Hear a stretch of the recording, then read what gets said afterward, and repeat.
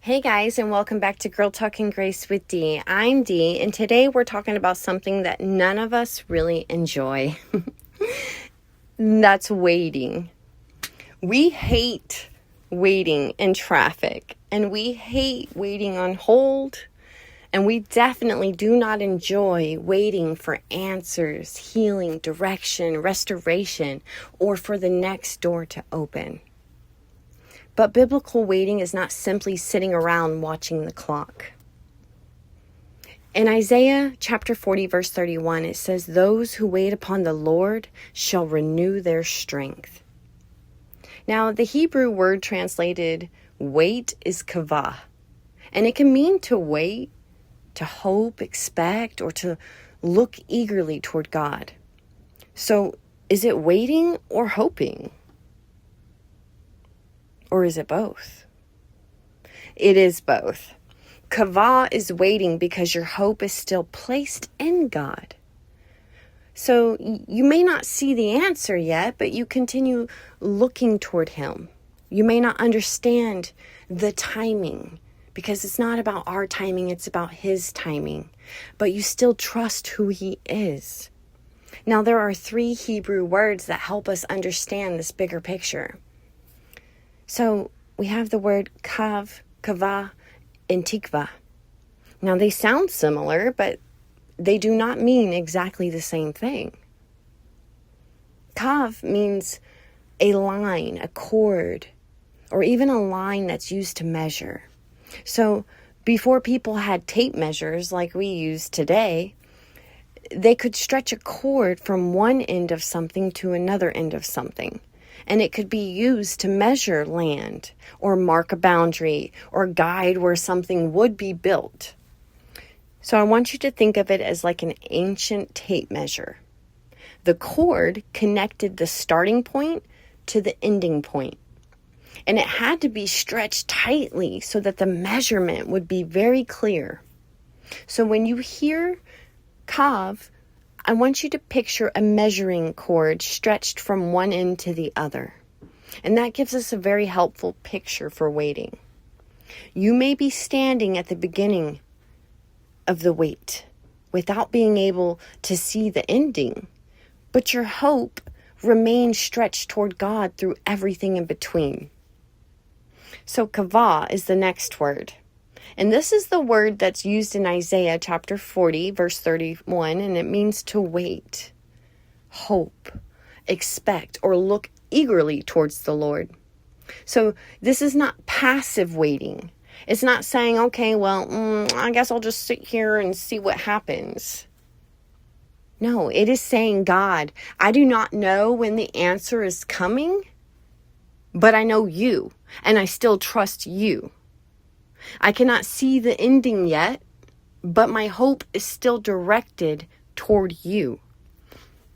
So Qav gives us the picture of a cord stretched from beginning to end. And Qavah is waiting with hope in God while we're somewhere in between. Then we have Tiqvah. And Tiqvah means hope or expectation. But here's a really cool thing. In the story of Rahab, this word is also used for the scarlet cord that she tied in her window. See, Rahab, she had been promised that her and her family would be rescued when Jericho was attacked. So she tied the scarlet cord at the top of her window before she ever even saw the rescue. She could see the cord before she could see the outcome. She had the promise before she had the answer. The cord was visible before the rescue was visible. That is biblical hope. Hope is not pretending that everything is fine or going to be okay. It's not wishful thinking. Biblical hope says, I cannot see the answer yet, but I trust the one who gave me the promise. So here's the easiest way to remember these words. Qav is a measuring cord stretched from end to end. Qavah is waiting with hope placed in God. And Tiqvah is the hope connected to the promise. Now think about a waiting room.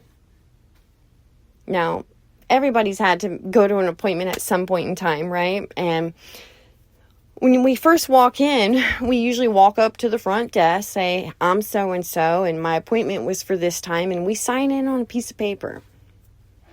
And we give them our name, we take a seat, and we know that our appointment was set for this certain time, but we sit down and we really don't know how long we're going to be there for.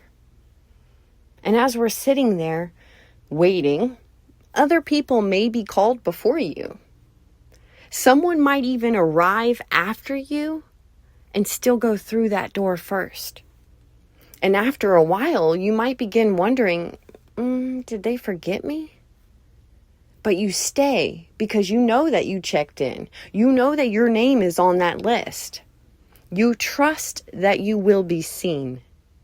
Waiting on God can feel a lot like that. You may not know what He is doing behind the door. You may not understand why someone else received an answer first. But you can trust that God sees you. The waiting room is not the forgotten room. God has not lost your name. He has not misplaced your prayer or forgotten your tears. And while you wait, you are not just simply watching time pass. Biblical waiting is active. It is praying, preparing, healing, learning, serving, and obeying what God has already shown you. It's doing the next faithful thing without trying to force the outcome or take control.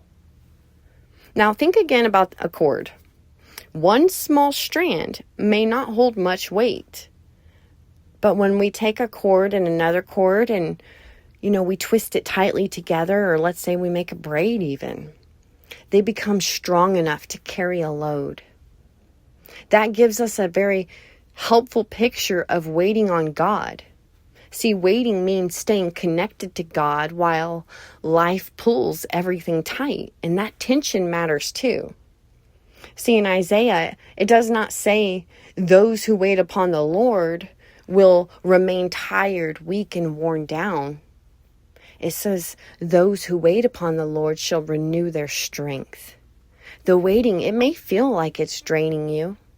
But as you remain connected to God, He's building strength within you. He's developing patience. He's teaching you endurance. He's helping you trust Him without needing to know every single detail. He is shaping your character so you can carry what comes next. Think about exercise. Resistance creates tension, but that tension is also what strengthens the muscle. In the same way, the pressure of waiting can strengthen our faith when we continue leaning into God. The tension is not always evidence that something is going wrong. Sometimes it is evidence that God is making us stronger, preparing us.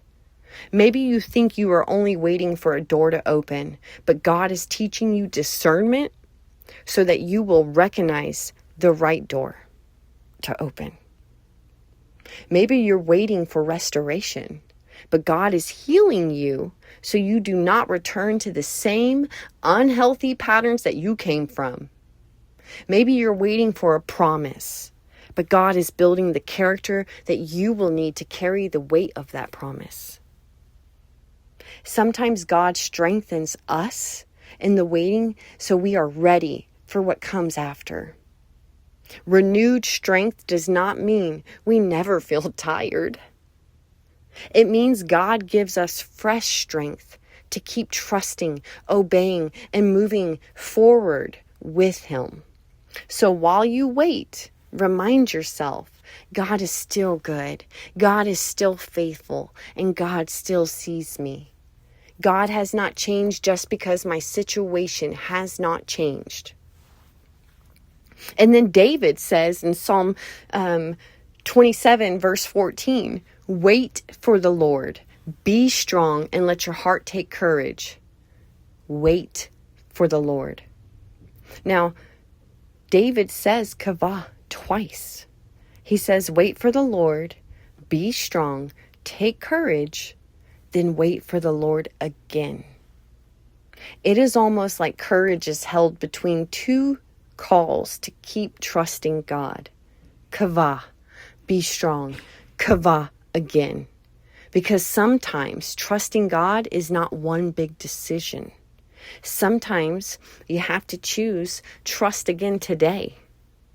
Now, you may have trusted yesterday, but today feels harder.